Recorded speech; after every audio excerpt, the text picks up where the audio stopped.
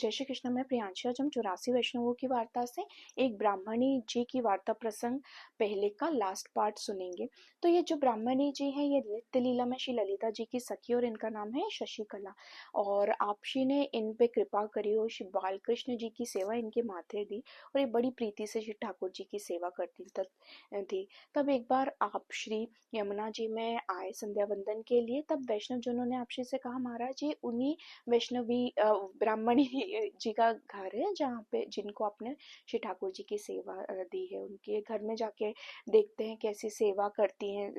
वैष्णव जनों ने आपशी से आग्रह किया। तब आपशी उनके साथ गए वहां पर। तब उस समय ये ब्राह्मणी जी इतनी भोली थी, अपने घर में भोजन बना रही थी, रोटियां बना रही थी और इनको पता भी नहीं चला कि इनके घर में कोई और आया या आपशी पधारे। ये सारी रोटी बनाई, उस पे घी लगाए के रखी। फिर जैसे इन्होंने रोटी बनाई तब श्री ठाकुर जी पूरी रोटियां जो इन्होंने बनाई थी वो सारी पा गए।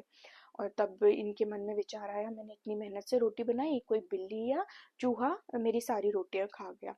फिर उन्होंने फिर से सारी रोटियां बनाई। फिर आप श्री ने इनको बताया कि तुम्हारी रोटी किसी बिल्ली या चूहे ने नहीं खाई है, बल्कि श्री ठाकुर जी ने स्वयं अपने हाथों से आरोगी है।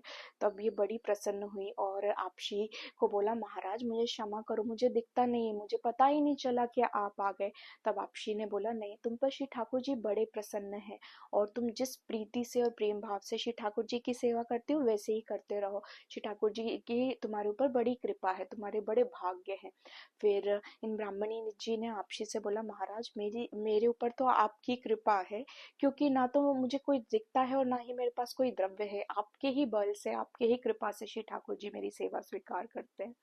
फिर आपशी तो इन पे प्रसन्न होकर आपशी वापस अपने घर को आ गए। और फिर भी ये वैसे ही बड़ी प्रीति से श्री ठाकुर जी की सेवा करती रही। और कुछ मतलब जो भी ये बनाती थी श्री ठाकुर जी अपने हाथ से ही आरोग लेते थे। इनको भोग लगाने की भी श्री ठाकुर जी को जरूरत नहीं होती थी।